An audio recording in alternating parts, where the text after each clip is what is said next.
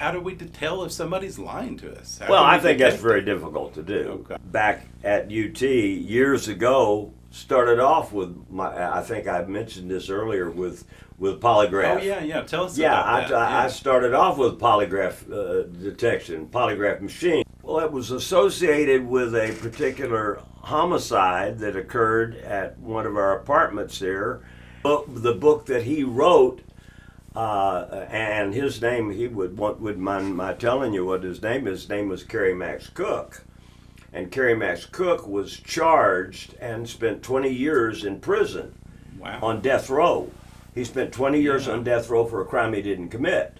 Wow. And the crime was committed by a man that's deceased now, who was the librarian. Talk about deception.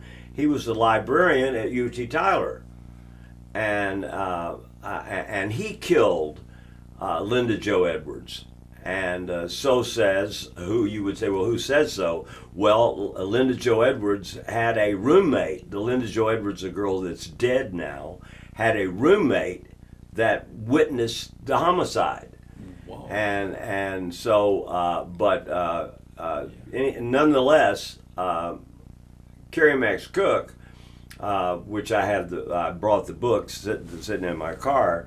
Kerry Max Cook spent 20 years on death row for a crime he never committed. He didn't commit that crime, so it would be another question to ask: how do you commit that you're not lying? How do you convince somebody you're telling the truth? Yeah. He couldn't do it. So he was sentenced to 20 years on death row, and had horrible things happen to him. And I knew Kerry very well. I testified in 3 of his trials, and I knew he was innocent. I knew he was innocent because oddly enough, the guilty party had come by and asked me the librarian had asked me to help him pass a polygraph test, because I was teaching polygraph tests at UT. Our polygraph machines in there, okay. polygraph machines, and this guy, the librarian knew at that time that I had a polygraph, and that we would tell students how people had beaten the polygraph test, and how some of them could actually be misconstrued as being lying when they weren't. So we did a lot of different fooling around with that machine. What does it really measure when people say you measure lying? Is it really measuring lying? What you have to do is get a lie response. Yeah. First, we have to do what we would do with you. We'd say, now, Dan, I want you to answer no to every one of these questions. Okay? You answer no to every one of these questions. Right. I am a male. Okay, we're going to get a lie response on you. Okay. Right? I'd say no. Right. Yeah. You're going to say, yeah, well, we're getting a lie response. Yeah. So the question is you go by and you get a lie response. Now, of course, it's stupid. There's a lot of dumb things about polygraph. Polygraph is not an exact science, but you can already see what the intent is to get a lie response. So we want a lie response on you, and we want a true response on you. We want you to answer yes to each of these questions. I live on this street. Okay, we get I live on Birdwell Street. Okay, so that's a live response. It would show a live response on it. So that's what you do. So it's just measuring the difference. There's a really elaborate procedure that you would go through in polygraph, and then you hook these people up to a machine, and because you do not trust people verbal talk. Okay, you can just say, I didn't do it. Yeah. Well, what we want to do, we want to get your lie. We want to get when you lie. What do you do when you lie? Well, we have 5 or 6 measures of physiological response. We got a blood pressure measure. We got a pulse measure. Pulse is very, very great. The Africans used to use used to use sweat gland activity, and they would have the guilty party lie and try to swallow rice, regular rice, and what would happen is the rice would stick to their mouth. Yeah. Okay, so they came up with all sorts of different devices to try to predict lying, and it was really quite amazing what had transpired when you tried to measure a lot of people that were lying and whether people were telling the truth. You're really measuring their response to the lie, not the lie itself, right? Yeah, and you use physiological measures. Right, so you're measuring. The big difference was how they feel about the polygraph distinguished itself from asking a question to hooking you up. We would hook you up to a blood pressure meter. Okay. And we'd say, we want you to lie on a blood pressure meter. We want to see what your pulse rate is when you're lying. We want to see what your systolic, the top number on your blood pressure, the diastolic is. We want to see which one of those. But what if I was a sociopath and I didn't care? What would you be Sociopaths have always been a problem. Okay. Sociopaths have always been a problem because for they're polygraph. not going to respond to it. They don't care, right? Some of them can lie much better than other people can lie. They cannot show pulse rates, and they tend to do that. In reality, they tend to be much less likely to show physiological changes when they're lying. So how do I beat this thing? Let's say. How do you beat it? Yeah. Oh, that's very difficult. Well, you may have a very difficult time doing it because I can't control how I feel about the lie. Is that the right? problem? Right. And plus that you're not so much. Yeah, you could say it that way, but it's said more articulately. They are not bothered by lying. Okay. They're just not bothered by lying. So all I have to do is not be bothered, right? Right. Okay. That's one of the. Well, so that's hard to very do. Difficult to do. Right, that's hard to do for normal people. Yeah, that may define the essence of criminal behavior itself.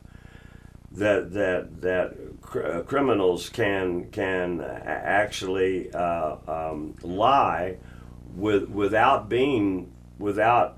revealing either through blood pressure. See, we want to measure. We want to get a physiological measure. We want to get pulse rate. Okay. We're always going to get measurements. Yeah. That's where the psychology gets involved. Okay, so if it's so good, why did we quit using it? Well, I don't think that they always have quit using it. It has some accuracy, and you can read different studies will show that it has. 92% accurate. You can have different levels of accuracy. Okay. So it's not completely inaccurate. Okay. So it's not completely. It's not perfect. And when something's really riding heavy on the outcome, such as you're being sentenced to prison for 100 years. It doesn't. It's not reliable enough for that. It's not reliable enough. Okay. Exactly. It's not reliable enough to use. Okay. There's too many possibilities that you could in fact be telling the truth and appear to be lying, and vice versa. What if I took some sort of drug? Would that Sure. that evened out my pulse? Absolutely. Made me Absolutely. less scary? That's a great question. Like it may be you can do that, and alcohol is one substance that can change your physiological response, and there are other ones that can too. What about anxiety medicine or? There are anxiety drugs that can. Okay. Really common drugs, which are right now on TV, maybe not right this minute, but they were just before I came on the Lisa Ling. I don't know if you ever watched Lisa Ling. She has a show right now on benzos. On benzodiazepines, Benzodiazepines, changing your physiological response. can change your pulse rate, can change your blood pressure, can change your nervousness. Okay, so that's very important. All right, you got a question? So what do we do now to determine if somebody's lying? What do we do now to determine? Yes. I don't know that you really can. Okay. I don't know that you really You always think we're can. guessing more than we're... Yeah, I think. The lie experts say, well, if you look to the left or you look up to the right, what do you think about that kind of stuff? Well, I don't think there's any truth. I think it's very, very difficult to tell whether people are lying or not. Because they could they could look you directly in the eye and Right, lie, right? right. I mean, you wouldn't know. You know, we have better luck. We have actually better luck in talking to people that have known them. That's one of the reasons. That's one of the reasons.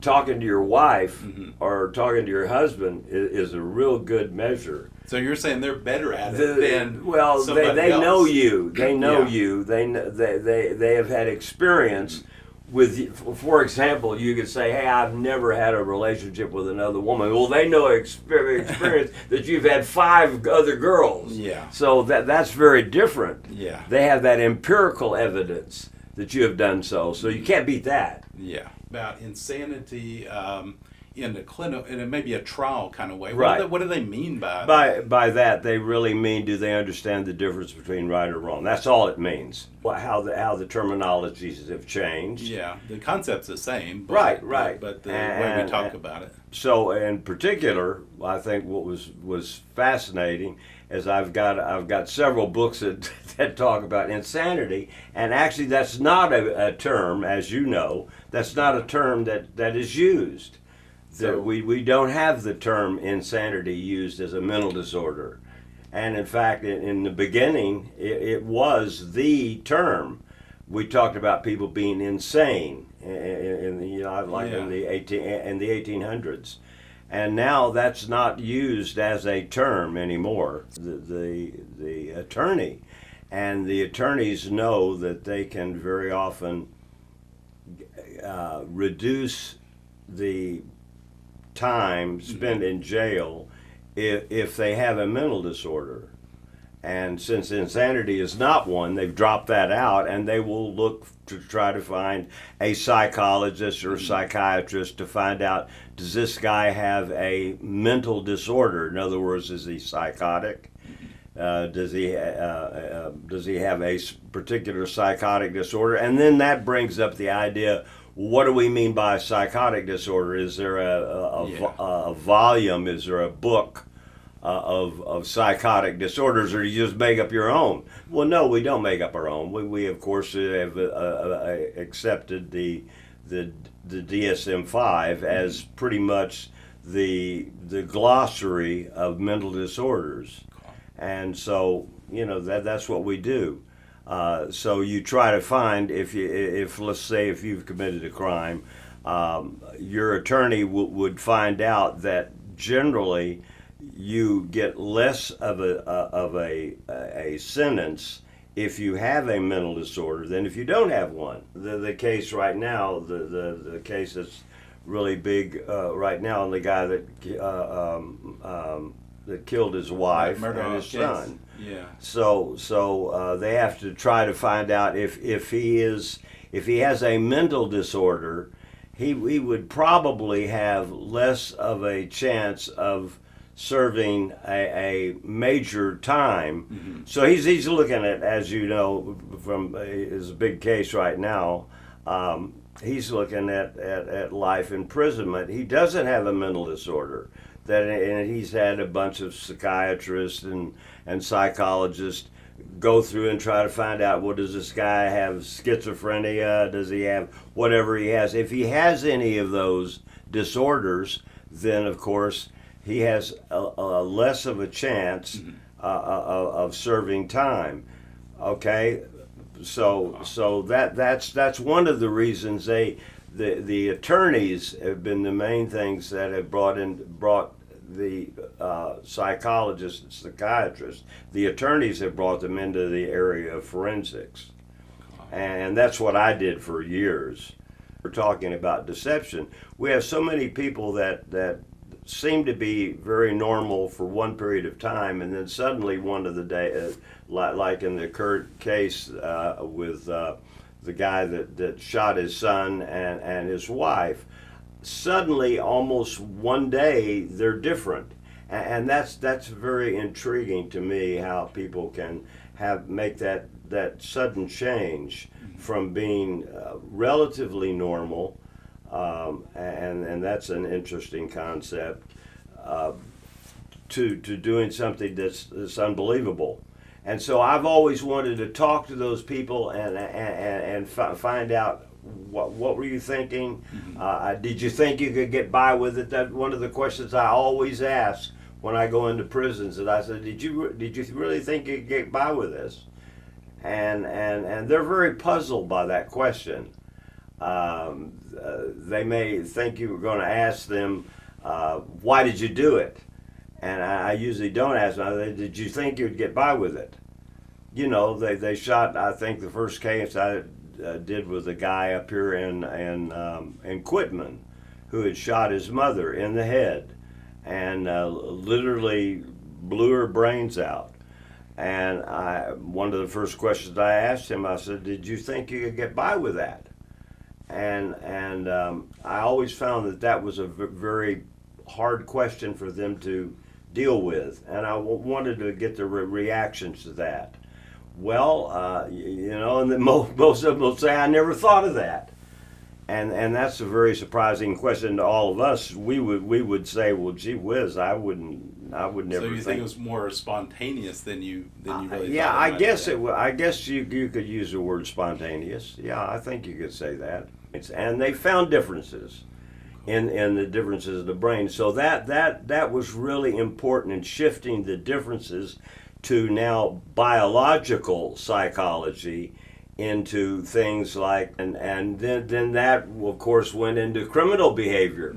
So what would be the difference in somebody that could kill someone, and what would be the differences in the brain of people that could, and of course people like Hans Eysenck was very instrumental in doing that, but substance use was a high association with impulse control. Okay. And so that was very important in making that shift to impulse control. And then you figured out, well, then what does impulse control have to do with the brain? Well, we noticed that if you use substances, that people's impulse control changes. Brain waves tended to indicate poor impulse control. So all of these manufacturers came out with all of these equipment to try to sell people like you have all these devices that we're seeing around now.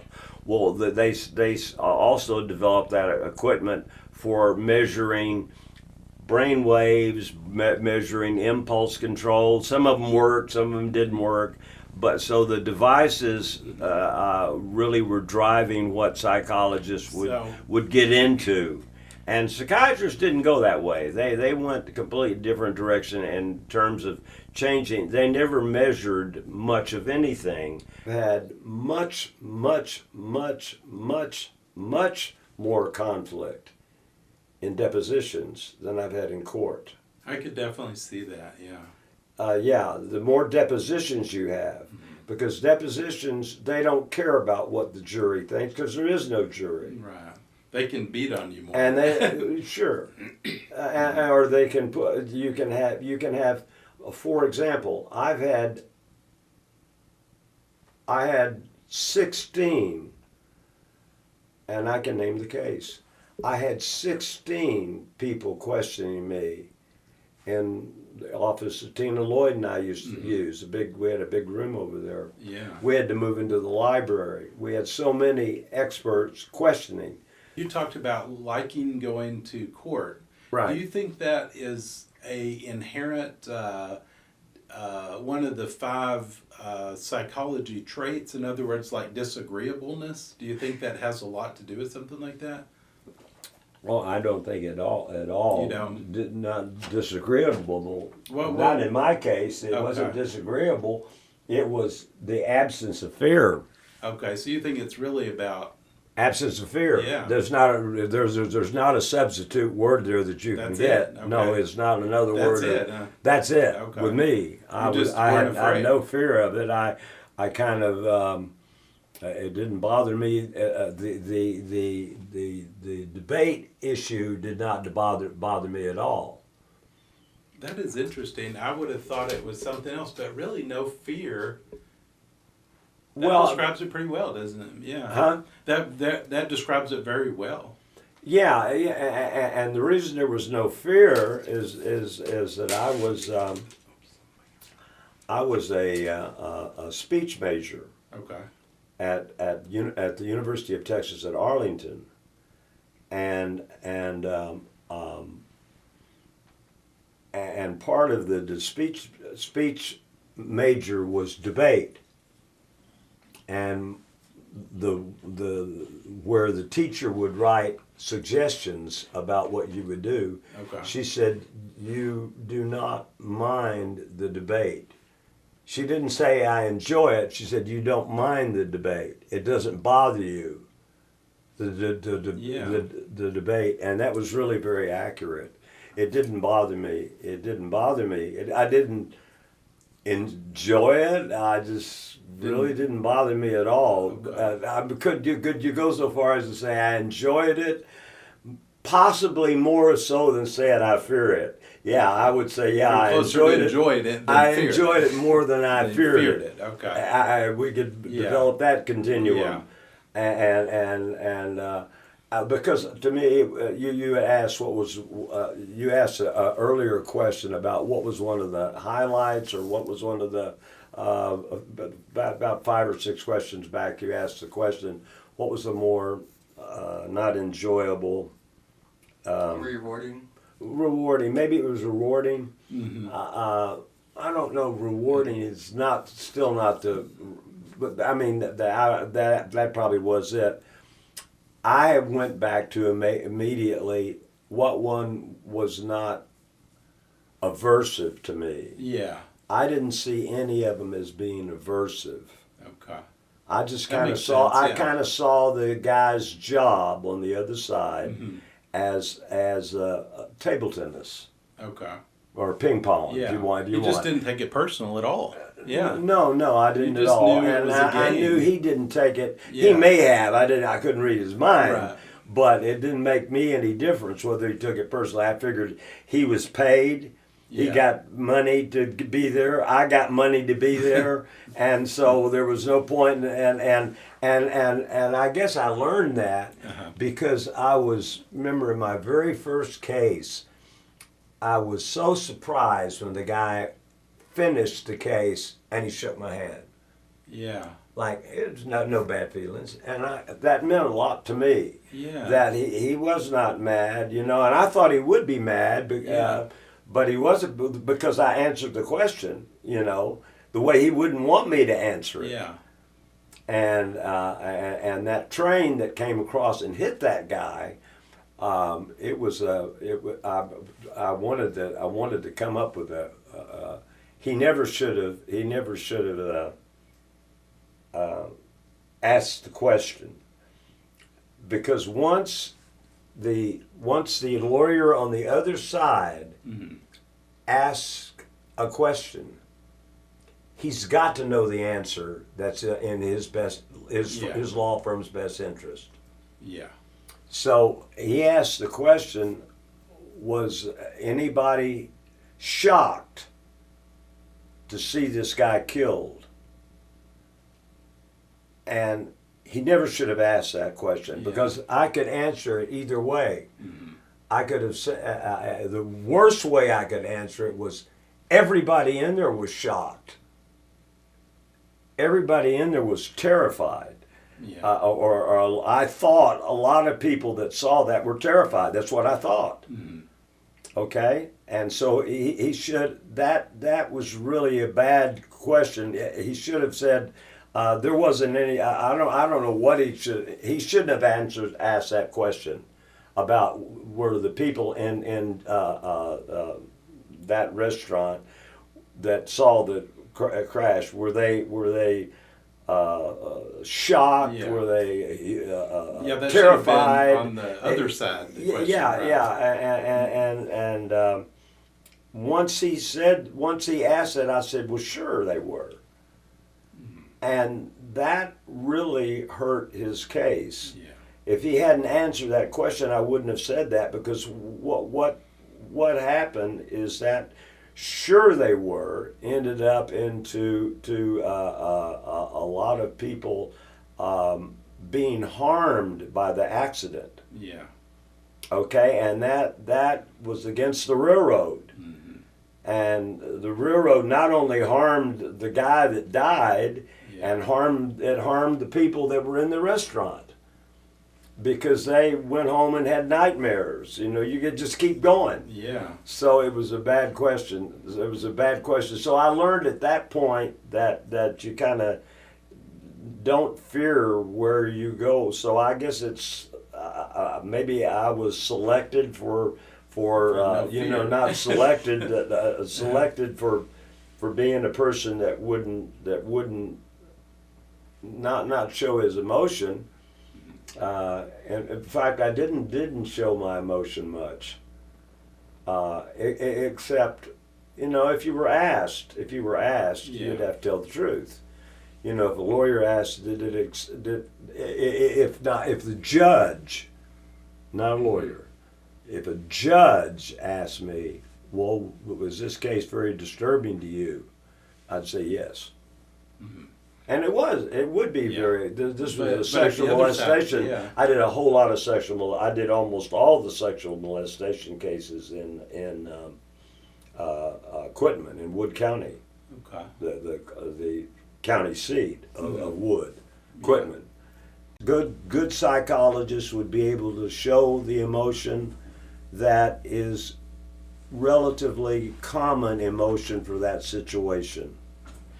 So a child being molested, Mhm. most audiences would look at that and say, yeah, that's very, very disturbing to me. Mhm.